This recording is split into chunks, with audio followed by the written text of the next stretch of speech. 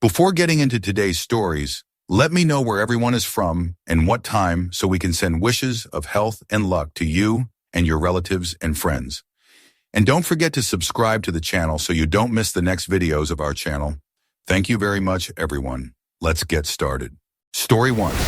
It was hours later, and the trucker had left. I stood behind the counter, wiping down the dirty surfaces in an attempt to kill time. The night was swallowing everything whole, and I was starting to feel it, a slow, creeping unease that had settled in the pit of my stomach. The gas station was still. Too still. The highway outside felt distant now, as if the world itself had become suspended in that strange, empty space. The light above flickered intermittently. A low hum buzzed in the background, the only noise breaking the silence of the station. But even that felt like an intrusion, a sound too loud for how quiet everything had become. I kept telling myself it was just the late hour. Maybe it was the isolation. After all, I was the only one working the graveyard shift. And yet, deep down, I knew something wasn't right. It was that gut feeling, that primal, instinctive awareness that you can't ignore. Then the door opened. My heart stopped for a moment, my breath catching in my throat. I didn't hear the car pull up. The man, the one in the tight jacket, was back. His eyes were darker this time, emptier, like he wasn't even seeing me anymore. He didn't say anything as he walked in, his footsteps heavy against the creaking wooden floor. He just stood there in the entrance, staring at me as though he knew something I didn't want to know. "Can I help you?" I asked again, my voice coming out far shakier than I'd intended. He didn't answer, just stepped further into the station. The door shut behind him, and I suddenly felt colder. I don't know why, but in that moment, it felt like the air had thickened, like something was pushing down on me. He wasn't here for gas. I could feel it. I turned to look at the counter, anything to distract myself, and when I turned back, he was closer. Too close. He'd moved silently, almost as if he wasn't walking at all. His breath smelled rank, like something old, something decaying.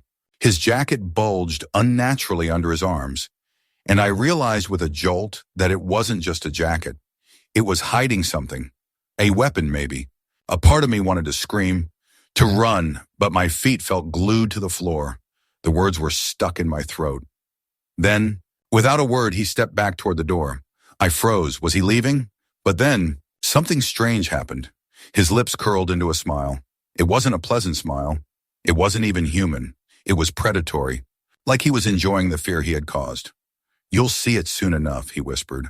And the way his voice sounded, slithery and dark, made my skin crawl. The door swung open, and just as quickly, it slammed shut behind him. I didn't breathe for what felt like an eternity. The night stretched on, and the minutes passed like hours. I couldn't shake the feeling that he was still there, that he was still watching. I checked the security monitors, but the empty lot outside seemed unchanging. The highway lay still under the moonlight, stretching on endlessly. Nothing seemed out of place, but that feeling of eyes on me, would not leave. I went about my duties, mindlessly refilling shelves, but I couldn't focus. Every creak, every pop of the station's wooden beams sent my nerves into overdrive. And then I heard it, a sound, a faint tapping, like nails against the glass. I froze. At first I thought it was just the wind, but then it came again, closer this time. The sound was sharp, deliberate. It wasn't natural. It was rhythmic, like someone was trying to get my attention. I turned toward the window, my heart slamming against my chest. Outside there was nothing. Only the empty lot bathed in the dim light of the station's neon sign. But the tapping continued. I could hear it, right against the glass now, just beyond my reach. I stepped closer to the window, trying to peer through the darkness. My breath fogged up the glass, blurring everything. And that's when I saw it. A shadow, not just any shadow, but the outline of a figure, standing motionless against the wall of the station. He wasn't there a moment ago, but there he was now. His eyes gleamed in the dark, and that same cold smile was stretched across his face. His face was no longer human. It was a mask of pale, stretched skin, eyes too wide, lips pulled into an unnerving grin. I stumbled backward, my heart racing, and I knew that I wasn't going to make it out of there. My body screamed at me to run, but my legs were paralyzed. I was rooted to the spot, unable to move. I reached for the phone on the counter. There was no line, no connection. My hand shook violently as I set it back down. No escape. Then there was a loud thud at the door. The wood rattled, the lock groaning under pressure. My blood ran cold. He was inside. I couldn't hear his footsteps. Not until they were right behind me. I turned just in time to see him towering over me, his face twisted into something not quite human, his eyes black as night. His breath was hot on my neck. "You didn't listen," he murmured. "You didn't listen to the warning." The air thickened around me, pressing down with the weight of something ancient, something far darker than anything I had ever felt. I couldn't breathe, couldn't think. His presence overwhelmed me, his gaze seeping into my mind, wrapping around my thoughts. I wasn't alone. Then, as quickly as it had started, the presence vanished. The temperature in the room snapped back to normal. I spun around, searching for him, but the door was wide open. The gas station was empty once again. I made it out. Somehow I stumbled out the back door, barely able to see through the haze of panic clouding my thoughts. But when I looked back, the station was just as it always had been. Quiet, still, unremarkable. Except it wasn't. Not anymore. The unease that had begun earlier hadn't gone. It had grown, deepened. And even now, as I sit in the safety of my home, I can't shake the feeling that someone is still watching me. Waiting. I don't know why I survived that night. I don't know why I was spared. But I know one thing for sure. It's not over. That thing, the thing in the dark, it's still out there, and it's still waiting. And the next time, I might not be so lucky. Story 2. Sarah and I had been on the road for what seemed like days. She was a trucker with miles of experience, but there was something about this particular haul that unsettled me. We were heading to a warehouse on the outskirts of the New Mexico-Texas border, a route I knew to be quiet and isolated. The night had grown late, and the empty stretch of road made me feel like we were the last people alive in the world. As we approached a truck stop, the neon sign flickered, barely hanging on, like it had been forgotten. The parking lot was nearly empty, save for a couple of trucks parked on the far side. Sarah slowed the truck down as we rolled toward the entrance. "This place looks like it's seen better days," she muttered, but she didn't seem too bothered. I, however, felt a creeping unease. The building itself looked like something straight out of an old horror movie. Cracked windows, peeling paint, and the faintest hum coming from somewhere deep within the structure. It was so dark inside I could barely see the shelves stacked with dust-covered canned goods. The air smelled stale and musty, like the place had been abandoned for years. Yet we saw the flickering light above the counter, as though someone had been here recently. We made our way through the store, the floor creaking under our feet, our steps echoing in the emptiness. No one was around, but there were strange sounds. Distant thumps, the low hum of machinery, and something like the sound of dragging footsteps. It felt wrong, like we weren't supposed to be here. I grabbed a bag of chips, feeling the weight of the silence pressing down on me. I could feel Sarah's unease beside me, but we said nothing. After a few minutes, we stood near the counter, waiting for anyone to appear. The minutes dragged on, stretching into what felt like hours. Finally, we gave up and started heading back to the door. But as we stepped outside, I froze. A group of men stood around Sarah's truck, blocking the way out. They looked wrong. They wore dark, tattered clothing, their eyes obscured by the shadows of their hoods. The air felt colder, like something had changed. My heart started pounding as one of the men turned toward us. He was tall, broad-shouldered, with a scar running down his face, his eyes gleaming with a predatory light.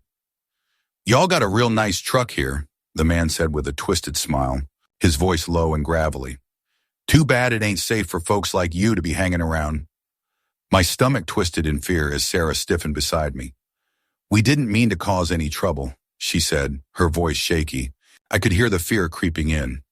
"We're just passing through," I added, trying to steady my voice. But it felt pointless. The men surrounded us, their movements deliberate and slow. I could feel my hands trembling, my body going cold with dread. The man's smile grew wider. He raised his hand in a slow, deliberate motion, making a slitting gesture across his throat. My entire body went numb. My mind screamed at me to do something, anything, but I couldn't move. I could barely breathe. Sarah's eyes darted around, and I could see the panic rising in her chest. "Please, don't," she whispered, barely audible. The man took a step closer. "You don't know who you're messing with, do you?" His voice was almost soothing, too calm for someone standing in front of two strangers with murderous intent. He reached into his jacket and pulled out something small, wrapped in cloth. He pressed it into my hand, his fingers brushing mine with a cold, detached touch. I looked down at the bundle in my hand, my stomach turning as I realized what it was. The cloth was damp, almost sticky. My heart hammered in my chest. The man gave a final chuckle, turned, and walked back toward the shadows where his gang had gathered. I stood frozen, unable to comprehend what had just happened. Sarah grabbed my arm and pulled me toward the truck. "We need to go now," she said, her voice trembling. We scrambled into the truck, the engine roaring to life as we sped away from the truck stop. But as we drove, something didn't feel right. The dark road stretched endlessly ahead of us, and I couldn't shake the feeling that we weren't truly leaving. That something was following us. I kept glancing at the rearview mirror, but there was nothing behind us, nothing but the endless stretch of highway. Sarah's grip on the wheel tightened, and I could hear her breathing quicken. But as we approached the warehouse, I saw something in the distance, a figure standing alone at the edge of the property. My breath caught in my throat. It was him, the man from the truck stop. I couldn't make out his face, but I knew it was him. His form was dark, blending into the shadows. And then, as if sensing our gaze, he slowly raised his hand. A single, deliberate motion. The same slitting gesture. We sped past, but I couldn't shake the feeling that we hadn't escaped, that he was still watching, that something was wrong, something had followed us, something had anchored itself to us. The truck stop was not just a place, it was a trap, a crossroads, a place where time itself bent and twisted. And as we drove away, the sound of distant footsteps echoed in the air, growing louder, closer, until I realized the man wasn't walking. He was running, closer, closer. We couldn't escape. Story 3. The sun dipped below the horizon, casting an eerie orange hue across the desolate highway in Kansas. The night air had a sharp bite, and the wind howled through the empty landscape as the group of 5 college students loaded their gear into the car. Excitement buzzed through the air. This was their long-awaited spring break. What they didn't know, however, was that this trip would mark them in ways they couldn't begin to understand. The road stretched on before them, an endless ribbon of black asphalt that seemed to disappear into the void of the night. The rain had started to fall heavily, smearing the windshield with thick droplets, making it harder to see. The car swerved slightly and laughter filled the air as they all joked about the weather, trying to keep the spirits high. But as the minutes ticked by, something felt wrong, almost as if the road was pulling them somewhere they weren't supposed to go. As they approached a particularly desolate stretch of highway, a semi-truck appeared out of nowhere, barreling down the road at high speed. Its headlights pierced the darkness, blinding the driver. The car's tires screeched as it swerved sharply, trying to avoid the truck, but the wet road betrayed them. The car spun out of control and crashed into the truck's side before slamming into the guardrail with an ear-splitting crash. The world went black. The sounds of twisted metal and shattering glass echoed in the night. Then silence. When the fog of shock cleared, 3 of the students found themselves crawling out of the wreckage. Their faces were cut, their clothes torn, but they were alive. For a brief moment, they believed they had escaped the worst. But something felt off. The air around them grew heavier, colder, as if the night itself had taken on a life of its own. Trooper Jacob Harris arrived at the scene soon after. He was used to accidents, but the severity of this one was different. The car's roof had been peeled back, leaving the passenger side crushed. The trucker's cab was empty, abandoned in the aftermath of the wreck. The 3 students stood by the roadside, shaking and disoriented, but oddly still. Their eyes were wide open, but there was no fear, no pain, just a hollow emptiness that unnerved Harris. "Is anyone else inside?" Harris asked, his voice firm, but his instincts telling him something was wrong. Emily, one of the students, blinked slowly and pointed to the wreck. "Someone's still in there," she whispered. Her words seemed to carry more weight than they should. Against his better judgment, Harris approached the car. The students watched him with strange intensity, their eyes following his every move. Their silence was unsettling, as if they were waiting for something, or perhaps they were not even aware they were waiting. Harris rounded the front of the car, his flashlight cutting through the darkness. What he saw made his stomach turn. The fourth passenger, Ryan, was still in the vehicle, but his face was no longer recognizable. The impact had crushed the right side of his head entirely. Blood and brain matter stained the seat, but there was no sign of struggle, no sign of fear in his eyes. It was as though he had already accepted his fate long before the crash. Harris staggered back, a sickening chill creeping up his spine. His heart raced as he turned to the others. "What happened to him?" he asked, his voice cracking under the weight of the moment. The students remained silent, their eyes dull and lifeless, never wavered. The air seemed to grow colder with each passing second, and Harris felt an oppressive weight bearing down on him. It was as if something was closing in from all sides, something unseen, but very much present. Emily, her voice barely audible, spoke again. "He didn't leave," she said. "Not really, he's still here." Harris froze. The words hit him like a punch to the gut.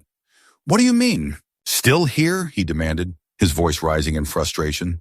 But Emily just stared at him, her gaze empty, as if she hadn't even heard his question. The wind howled louder, and a shadow seemed to flicker in the corner of Harris's vision. He spun around, but the road was empty. There was no truck, no other vehicle, no sign of life, just the wreckage, and the haunting silence that pressed in on him. Suddenly, one of the other students, Mark, stood up. He was shaking, his face pale. His lips trembled as he muttered, We shouldn't have come here. We weren't supposed to." "What are you talking about?" Harris asked, his voice now tinged with panic. He took a step toward Mark, his breath coming in shallow gasps. "This was just an accident, a tragic accident. You're all lucky to be alive." Mark's eyes flicked to the wreckage and then to the others, who had not moved since the crash. "It's not just an accident," Mark whispered, his voice barely audible. "Something else is here. It's waiting." Harris took a step back, feeling a coldness that had nothing to do with the temperature. He looked at the students again. Their eyes, those hollow, lifeless eyes, were not focused on him. They were staring at something in the distance, something that wasn't there. As the minutes stretched into what felt like hours, Harris became aware of a presence. The air felt thick, oppressive, as if something had latched onto him. A voice, a soft, distant whisper, seemed to echo in his mind. It was faint at first, but it grew louder, clearer. It wasn't coming from any of the students. It wasn't coming from the wreckage. It was coming from the road itself. "Leave now. Leave while you can." The whisper was undeniable, and the air seemed to grow colder still. The ground beneath Harris's feet felt wrong, soft as though it was swallowing him whole. He stumbled backward, unable to shake the feeling that the road had become a living thing, something that was slowly, deliberately consuming everything in its path. "Get in the car," Harris muttered to himself. He turned to the students, but they were gone. They had vanished into thin air like smoke dissipating in the wind. Frantically, Harris searched the wreckage. The car was still there, but the students, they were nowhere to be found. He felt something brush against his leg and he spun around, heart pounding. The road was now empty. No car, no bodies. Just the sound of the wind whispering through the trees. Harris turned to leave, but something held him in place. He could feel it, just behind him, breathing down his neck. The whisper came again, louder now as though it was standing right next to him. "Too late." Harris's heart skipped a beat. He turned, but there was nothing there. Just the road stretching endlessly before him.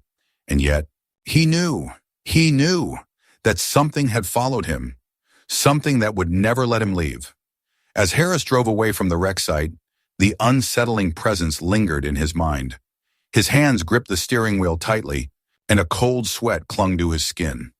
He glanced in the rearview mirror, half expecting to see the students, their hollow eyes watching him from the darkness.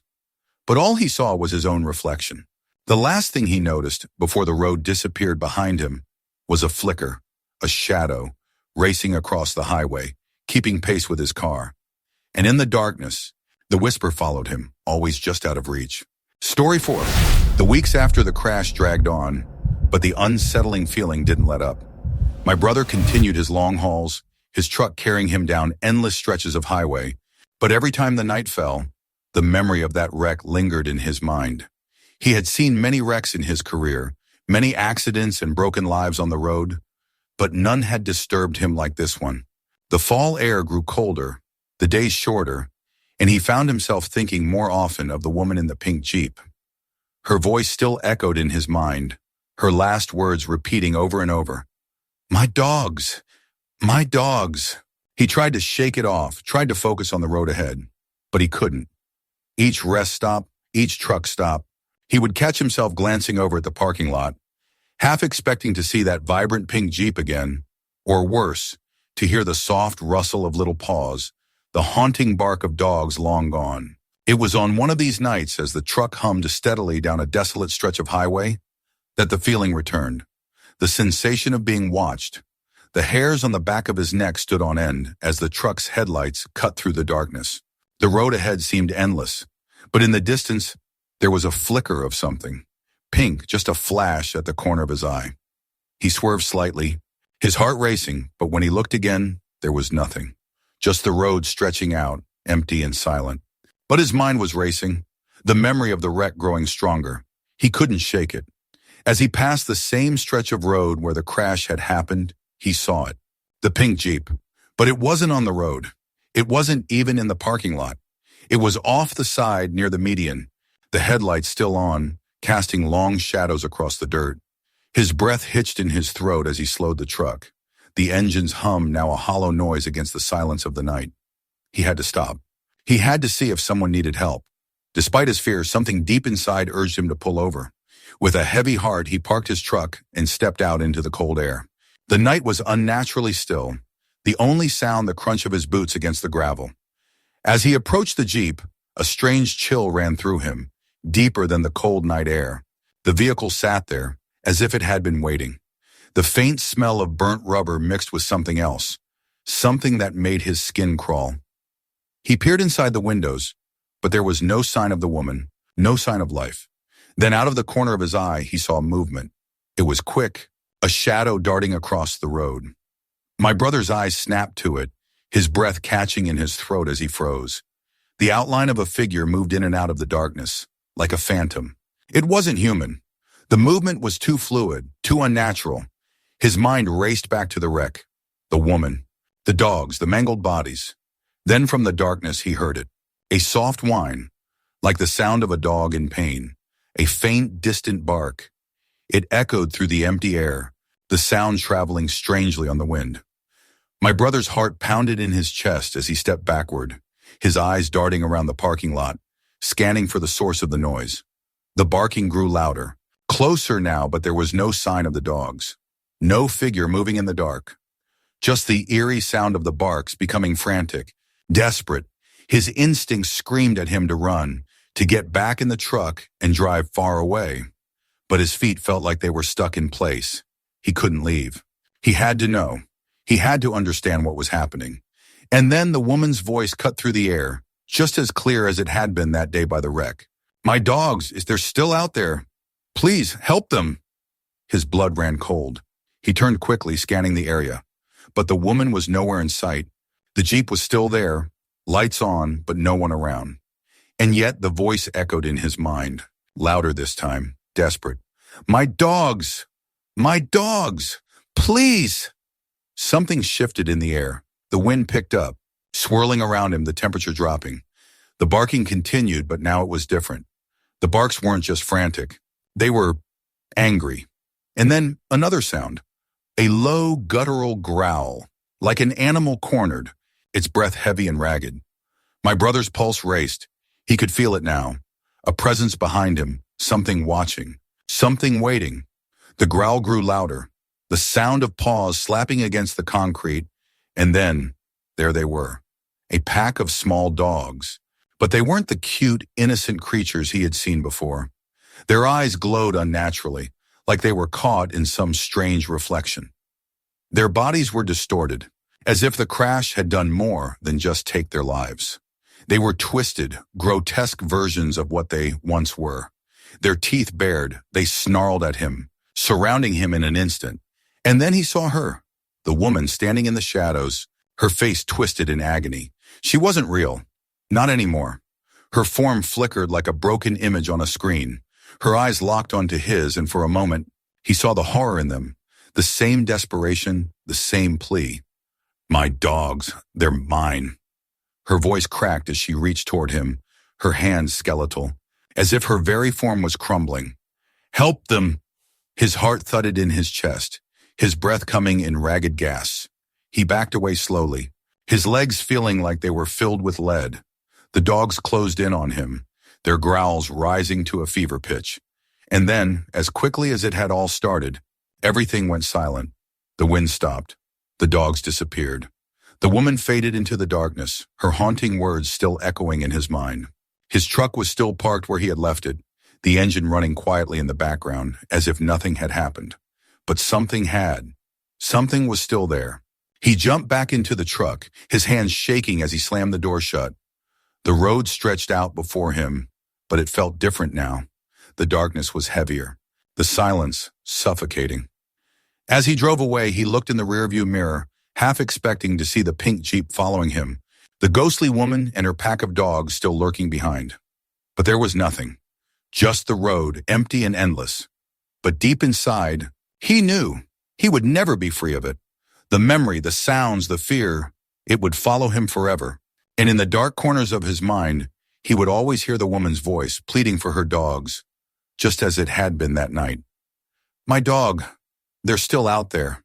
The road ahead was long, but in the silence of the night, the feeling never left him.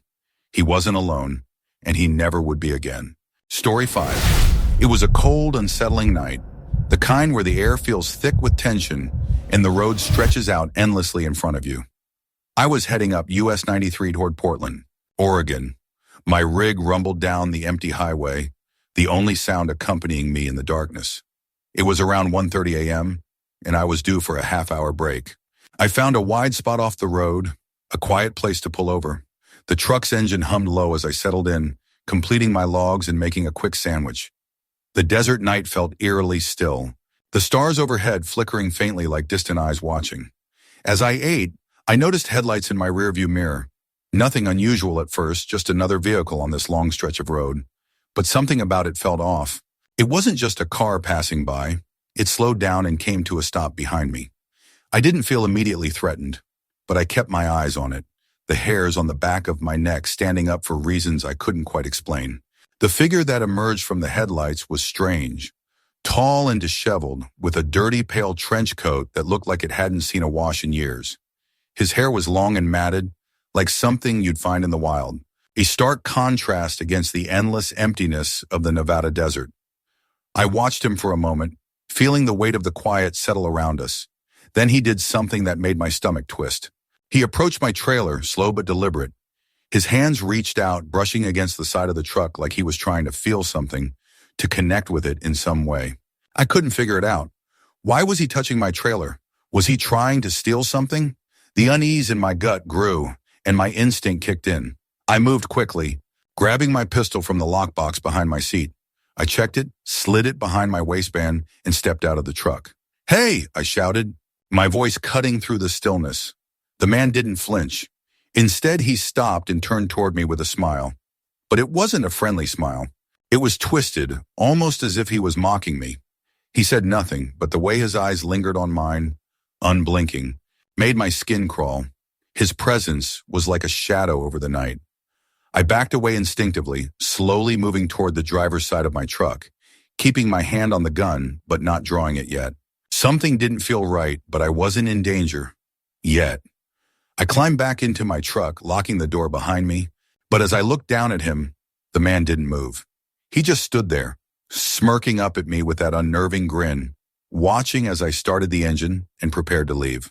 I turned the key, but before I could shift into drive, I felt it. My truck rocked.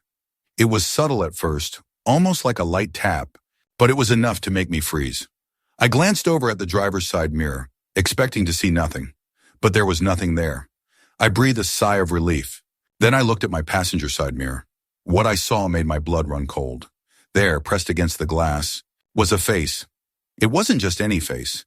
It was a grotesque, warped image of an old woman, her features distorted in a way that no human face should ever be. Her eyes were wide, unblinking, her smile stretching unnaturally across her face. revealing sharp, decayed teeth. Her skin was pallid, sagging like a corpse left out too long. She tilted her head slowly, like she was savoring my fear.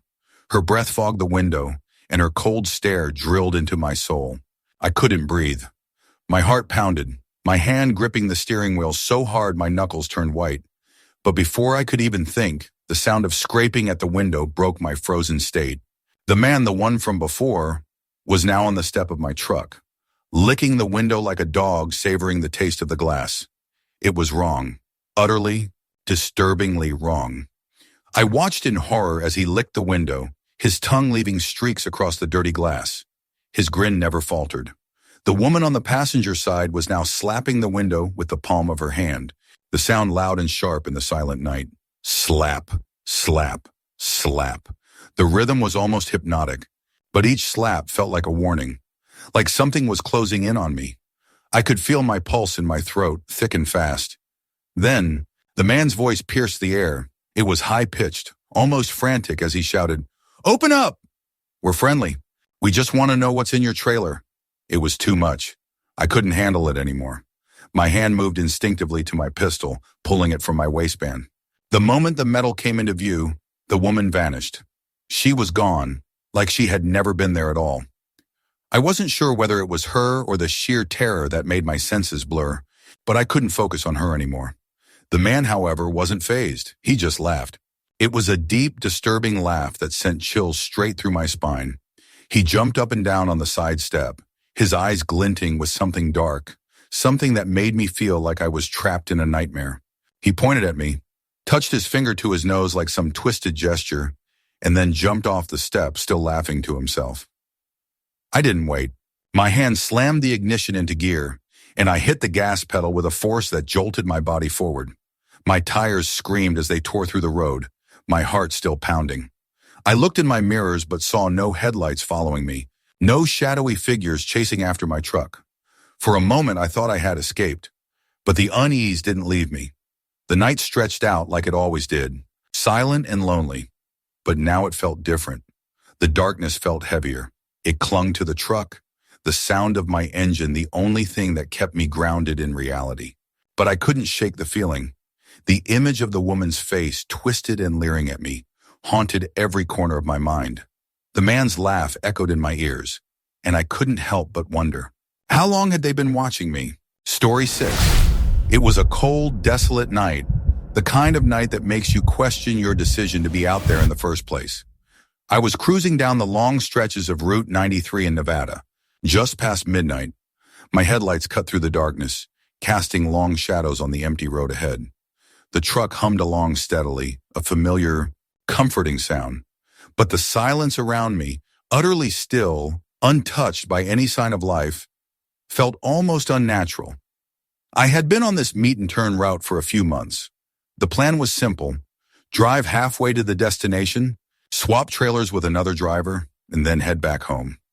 Every time I arrived early as usual and parked in the wide, barren lot, it was one of those places where nothing ever seemed to change, a spot lost in the middle of nowhere, tucked off the main highway. The emptiness made it feel like the kind of place where the outside world couldn't touch you, where no one could hear you scream. That night, I pulled in a little ahead of time, like I always did, and decided to take a short nap before the other driver arrived. The truck was still running, idling low, keeping me warm against the biting air. I leaned back into the seat, letting my eyes close, drifting in and out of light sleep. The world outside seemed so far away, distant and peaceful. But then the first bark pierced through the quiet. It was faint at first, just a quick, sharp sound, but it was enough to make me stir. I brushed it off, thinking it was a stray dog or something, probably just passing through. But the barking didn't stop. Instead, it grew louder, more frantic. It wasn't just one bark, it was continuous, relentless, a frantic rhythm that seemed to come from right outside my window. I rubbed my eyes, trying to push the sleepiness away. The sound was getting louder, closer. The dog was barking directly at me now, like it knew I was there. I sat up and peeked through the window. Nothing. No dog. Just the vast, empty lot stretching out in all directions. I shook my head, trying to clear the fog, and settled back into the seat. It must have been my imagination. But the barking didn't stop, and soon I heard a shuffle, footsteps, slow but purposeful. I froze. The dog's barking was now accompanied by something else, a deep, guttural noise, as if something human was growling in rhythm with the barks. I squinted through the glass, but all I saw was a dark figure moving at the edge of the lot. My heart began to race. This wasn't right. I grabbed my keys, and without thinking, I started the truck and shifted it into gear, planning to leave and get the hell out of there. But before I could even make it a few feet, the barking intensified, echoing around the truck now, and I caught a glimpse of something in my side mirror. It was a man, but something was wrong about him. His back was hunched, his movements jerky and unnatural, and that barking, coming from his throat now, made my skin crawl. It wasn't the sound of a human voice.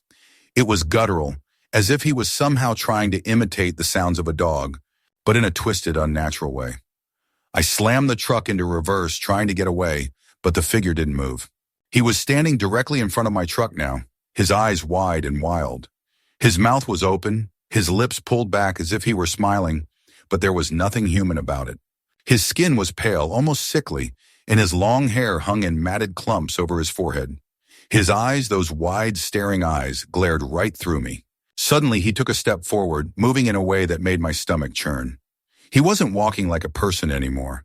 It was more like a crawl, like something out of a nightmare.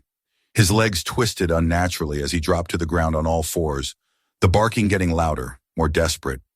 I didn't know what was happening, but I knew I needed to leave. Fast. My fingers gripped the wheel tighter as I hit the gas, sending the truck roaring down the dirt road. But as I did, the mirror showed him again.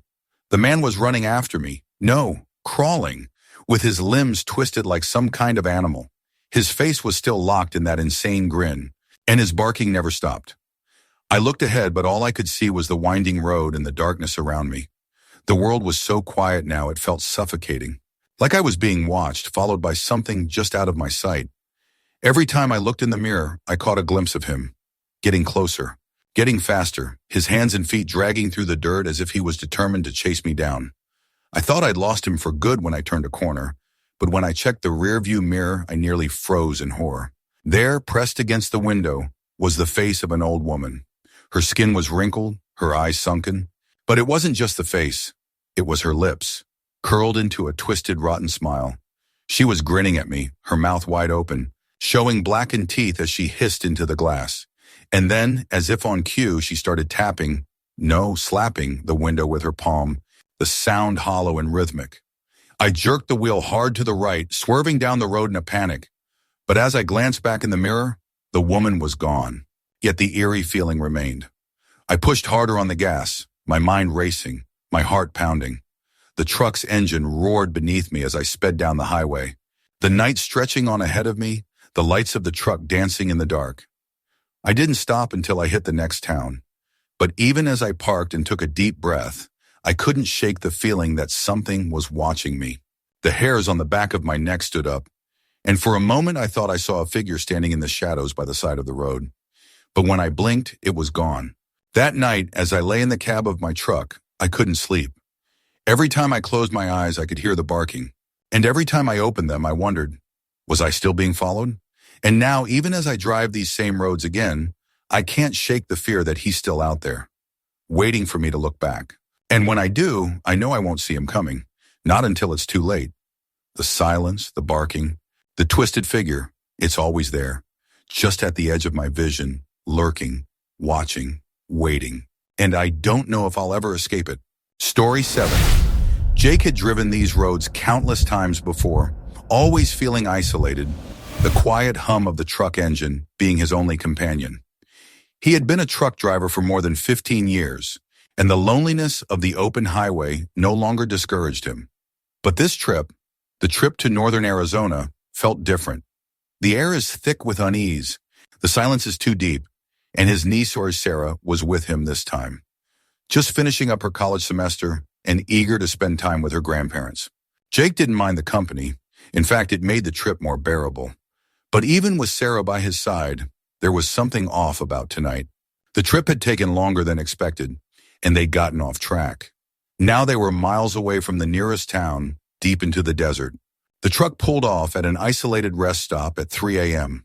There was nothing around except for barren stretches of road and endless black sky. Just a few rusted trucks parked in the distance. Jake had never been here before. He usually passed by, but this time, he needed a break. It was an empty lot, silent except for the sound of his engine winding down. "Let's stretch our legs for a bit," Jake said, killing the engine. The truck's air brakes hissed as the massive vehicle came to a halt. Sarah stirred, still half asleep, blinking in the dim light from the truck's overhead bulbs. "Are we there yet?" she mumbled, still groggy from her nap. "Not yet. Just a quick break, Sarah. We're still a ways out." Jake stepped out of the cab, the cold air biting into his skin. He stretched, his muscles sore from the long hours on the road. His eyes scanned the area, taking in the stillness of the place. There were no other drivers around, no other vehicles, only the hum of the distant highway and the occasional rustling of the wind through the trees. He glanced back at the truck, making sure Sarah was all right, then began walking toward the far corner of the lot. The ground was dusty, dry. There was an odd stillness in the air, like the land itself was holding its breath. Jake heard it first, a distant noise, almost like a growl, but with a strange rhythm to it. He paused, furrowing his brow. It was coming from somewhere behind him. He glanced over his shoulder but saw nothing. Maybe a dog? But that didn't make sense. There were no dogs here. His nerves tingled. He began walking back toward the truck, his boots crunching on the dirt. That's when he saw it. A figure standing just outside his truck, right by the passenger side. It was a man, but something about him wasn't right. His clothes were ragged, a long, dirty trench coat dragging against the ground. His face was shadowed, the hood pulled low over his eyes. Jake's pulse quickened. This wasn't a typical roadside wanderer. The man seemed to sense Jake's gaze. He slowly turned his head toward him, and Jake froze, staring into eyes that weren't human. The man's eyes were hollow black voids, as if they were windows into something far darker than mere emptiness. Jake's instincts kicked in. He slowly reached for the truck's door, his hand brushing against the handle as he kept his gaze fixed on the stranger. The man didn't move, but Jake could feel him watching, waiting. There was something in the air, a charge, a tension that made his skin crawl. Without a word, Jake jumped back into the cab and locked the door. His heart pounded in his chest, but he kept his composure, glancing at Sarah, who was still half asleep. "Jake? What's wrong?" she asked, her voice filled with confusion. "Just stay inside, Sarah. Don't come out." Jake started the truck again, the engine roaring to life. His hands were shaking as he put the truck in gear and slowly started to pull out of the lot. But as he did, something in his rearview mirror caught his attention. The man, he was no longer by the truck. In fact, there was no sign of him at all. But Jake couldn't shake the feeling that he was being watched, followed. "Did you see that, Jake?" Sarah's voice was strained, her eyes wide as she looked behind them. "I don't know, Sarah. I don't know," Jake muttered. He tried to keep his focus on the road, but the dark trees surrounding them seemed to close in, the shadows lengthening as if they were alive.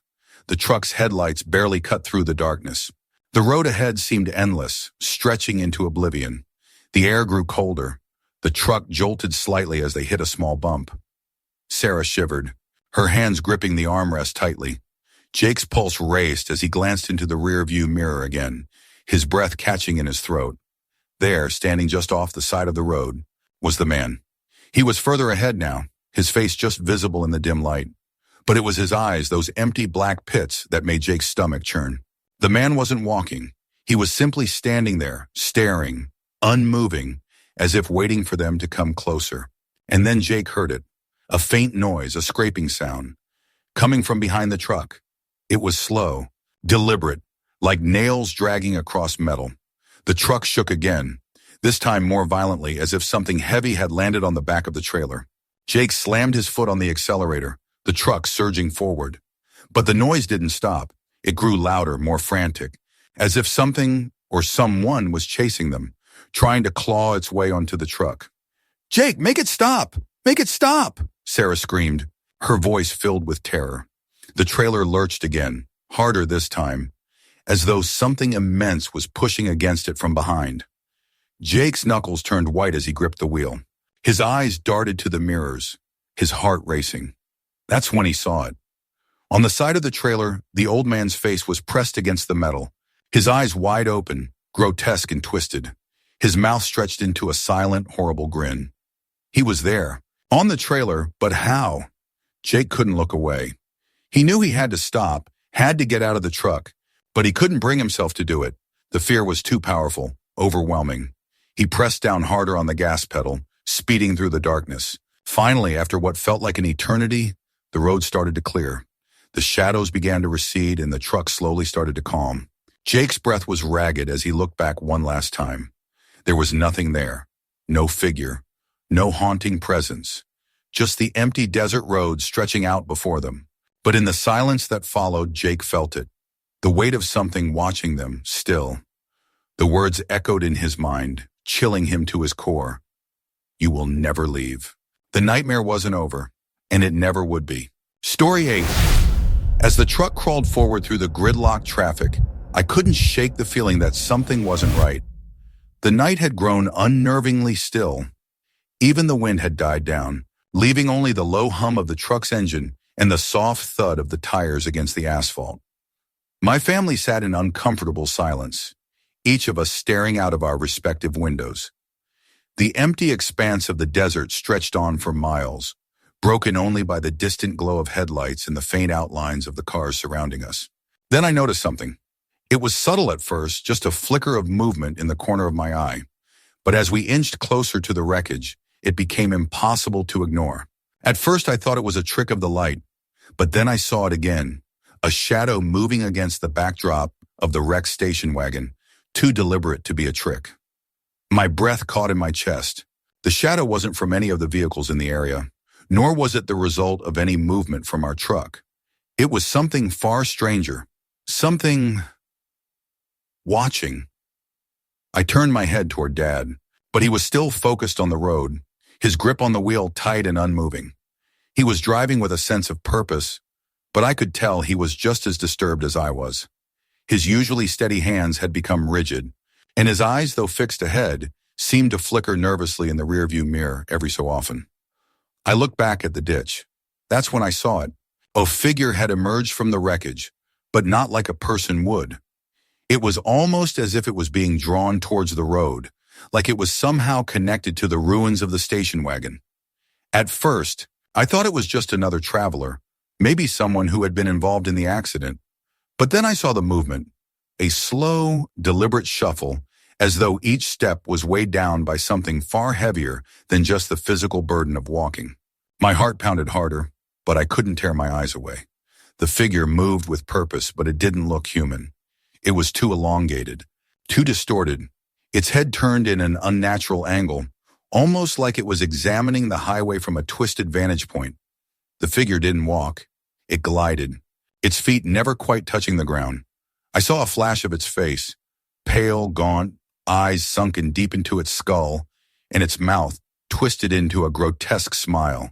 The truck's engine revved loudly in the silence, the noise only making the scene even more surreal. My latest, we had to get away. I could feel a sense of pressure building, like the very air was pushing us towards something. And as we passed, I caught a glimpse of something even more disturbing. 3 hearses lined up on the side of the road, their headlights dim and flickering. They looked abandoned, yet somehow I couldn't shake the feeling that they weren't. The hairs on the back of my neck stood up as I stared at the cars. They were too still, too eerie, but the worst part wasn't the vehicles themselves. It was the fact that there was no one in them. Not a driver, not a passenger, nothing. Just empty hearses.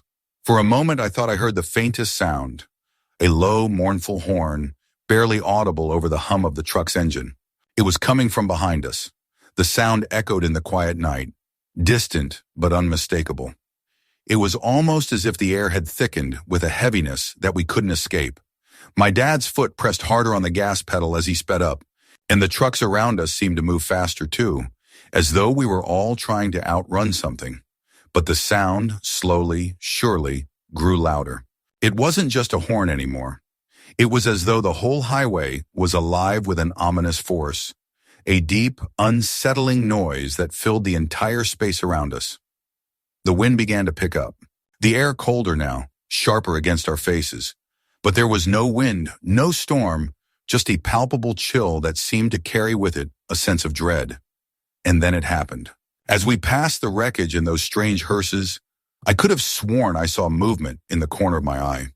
The figure, that twisted shadow, was back. It had appeared from nowhere and was now standing in front of the truck.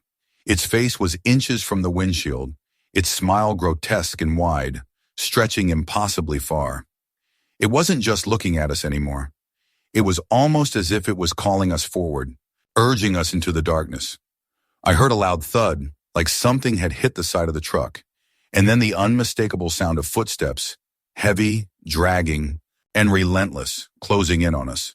Dad slammed his foot down on the pedal, and the truck lurched forward, the headlights casting long, eerie shadows over the road. But the sound of the footsteps, didn't fade. It grew louder, closer, until the darkness outside felt like it was closing in, suffocating us. We kept driving faster now, the sound of those dragging footsteps never leaving our ears.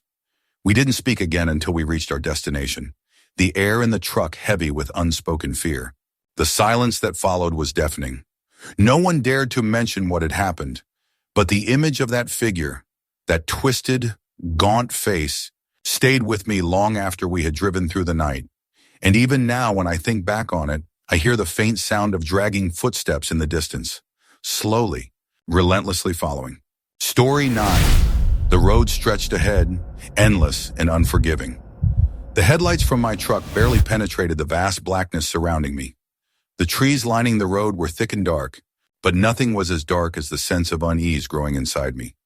I had been driving for hours, with nothing to see but an endless stretch of empty highway in the middle of nowhere, Tennessee. Every few miles, my eyes would grow heavy, but I'd shake it off. I couldn't afford to fall asleep. Not out here, not in the vast emptiness where anything could happen.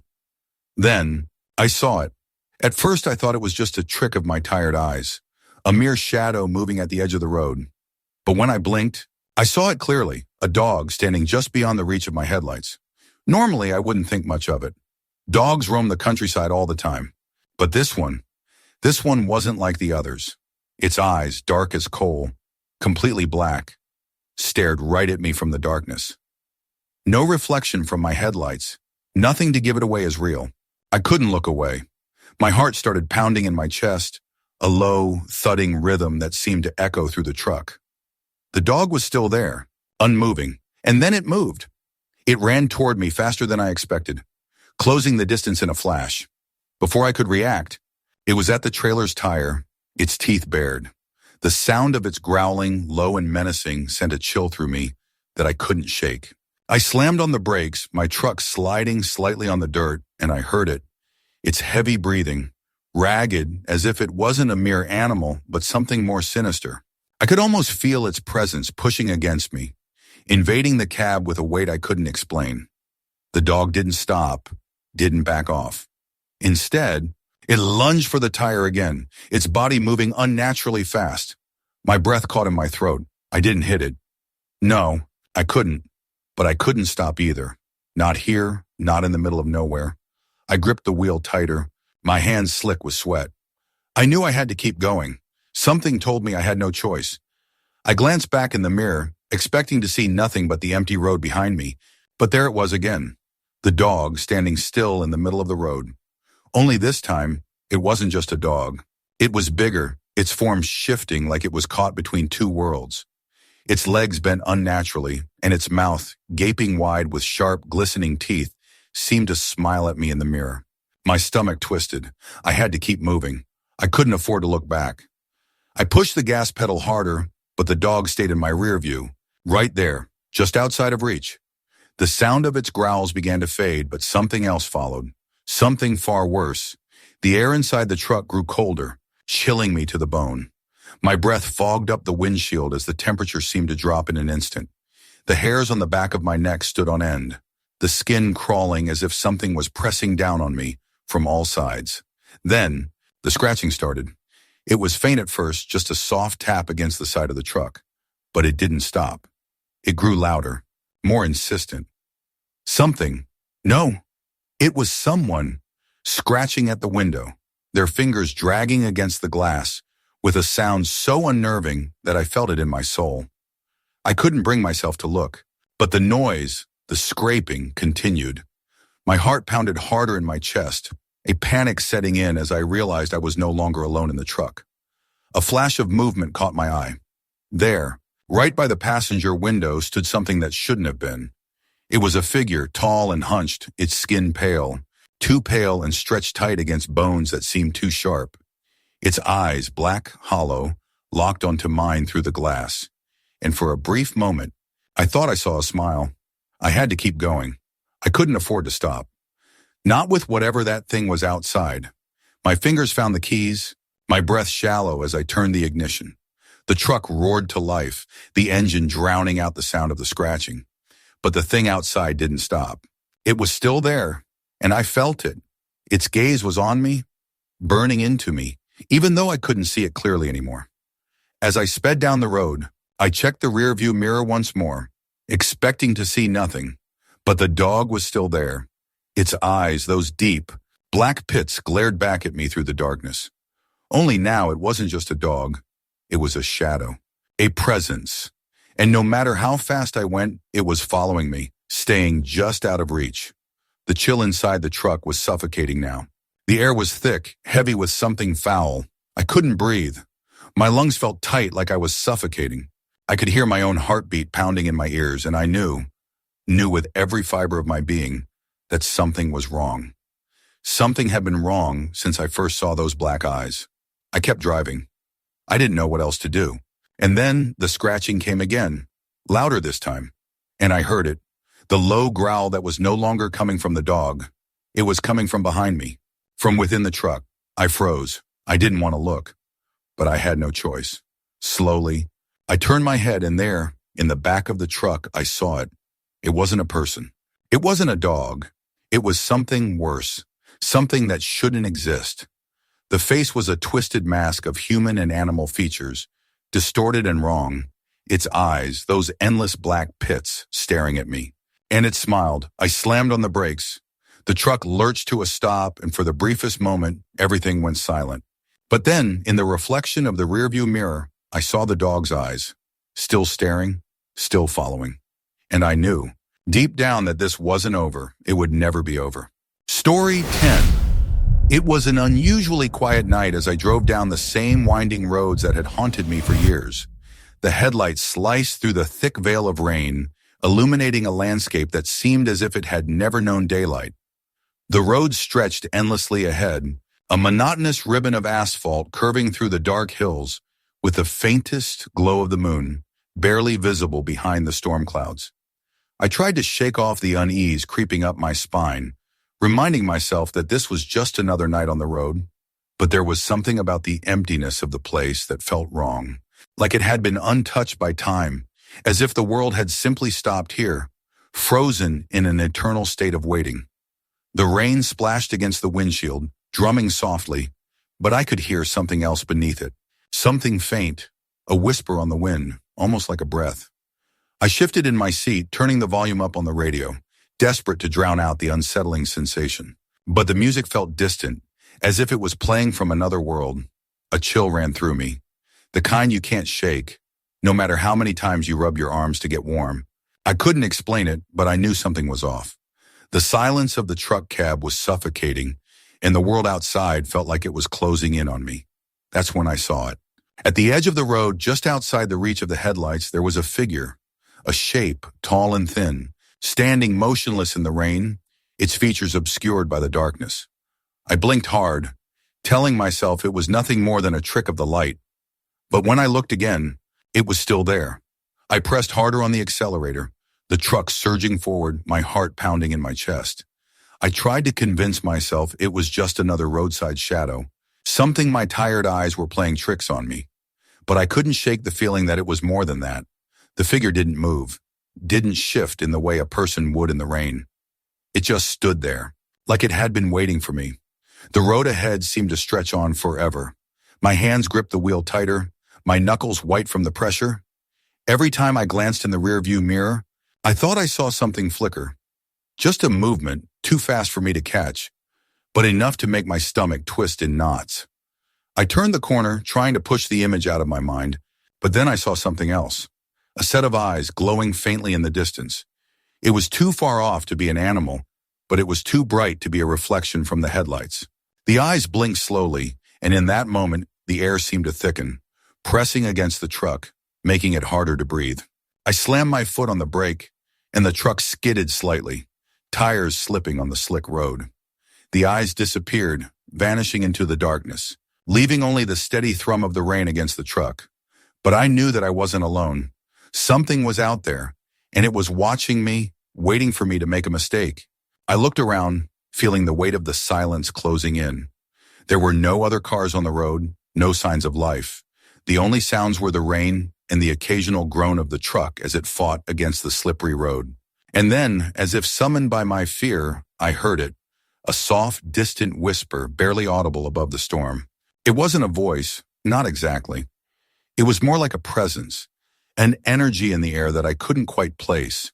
My heart raced, the hairs on the back of my neck standing on end. I strained my ears, listening for something, anything that would explain what I was feeling. But there was nothing. I continued down the road, but the landscape seemed to warp around me. The hills loomed like silent watchers, their shapes shifting in the corner of my vision. Every turn, every mile felt like I was getting deeper into something I couldn't escape, like the road itself was alive, pulling me further into its grasp. It was then that I saw it again, the figure standing just off the road. This time, it wasn't just one figure. There were more, emerging from the shadows like they had been waiting for me all along. Tall and thin, with glowing eyes that blinked in unison, they moved with a slow, deliberate motion, as if they were circling around me. My breath hitched, panic rising in my chest. I tried to floor the accelerator, but the truck was slowing down, its engine sputtering as if something was interfering with it. The figures were closer now, and I could see them more clearly. They weren't human. Their limbs were too long, too unnatural, their faces twisted in grotesque expressions that didn't seem capable of emotion. And yet I felt their eyes on me, those glowing eyes burning through the windshield into my soul. Keep moving, I whispered to myself, my hands shaking as I struggled to keep the truck on the road. But it wasn't working. The road had turned into something else, something I couldn't comprehend. The edges of the road blurred, and the figures grew closer, their footsteps muffled by the rain, but their presence unmistakable. I knew I was no longer alone on the road, and I couldn't remember when I had crossed into a place where reality no longer held sway. Suddenly, the truck jerked forward as if something had given it a violent push, and I was back on track. The figures were gone. The road stretched ahead, quiet again, as if nothing had happened. But I knew better. I couldn't explain what had just occurred, but I knew I had been in the presence of something that wasn't from this world. Something that had been waiting, watching, for the right moment to make its move. As I continued driving, the rain began to let up, and the road ahead seemed to return to normal. But I couldn't shake the feeling that I hadn't escaped, that something had followed me, that something was still waiting. The silence in the truck was suffocating now, and I could feel the weight of the unknown pressing in on me. I glanced in the rearview mirror again, and for a moment I thought I saw something. A shadow moving too fast to be human, a figure standing in the distance, just out of sight. I couldn't look away. The darkness felt deeper now, as if it were alive, aware of me.